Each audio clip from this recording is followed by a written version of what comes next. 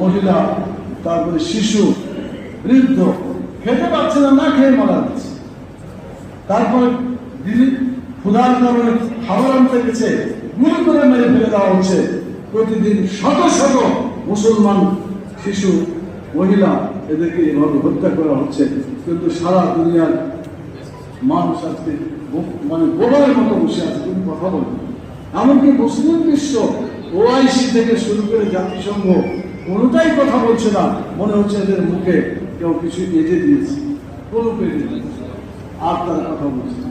বিশ্ব মুসলিমকে এগিয়ে আসতে হবে। আমি গত সপ্তাহেই ছিলাম মালয়েশিয়াতে 5টা দিন সফর ছিল।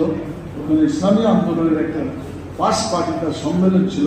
আন্তর্জাতিক মহলের লোকজন আসছিল, পাকিস্তান, মানে তুরস্ক থেকে শুরু করে মুসলমানদের বিভিন্ন জায়গায় থেকে ইসলামী আন্দোলনের বিভিন্ন আসছিল।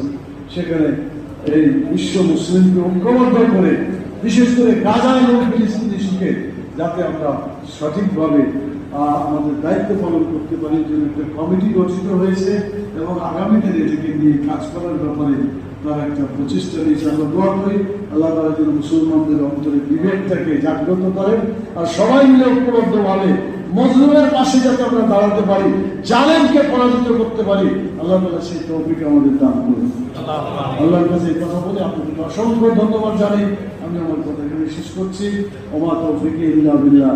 সুবহানাকা আল্লাহুম্মা সুবহানাকা আল্লাহুম্মা ওয়া বিহামদিকা আশহাদু আল লা ইলাহা ইল্লা আনতা আস্তাগফিরুকা ওয়া আতুবু ইলাইকা। আসসালামু আলাইকুম ওয়া রাহমাতুল্লাহি ওয়া বারাকাতুহু।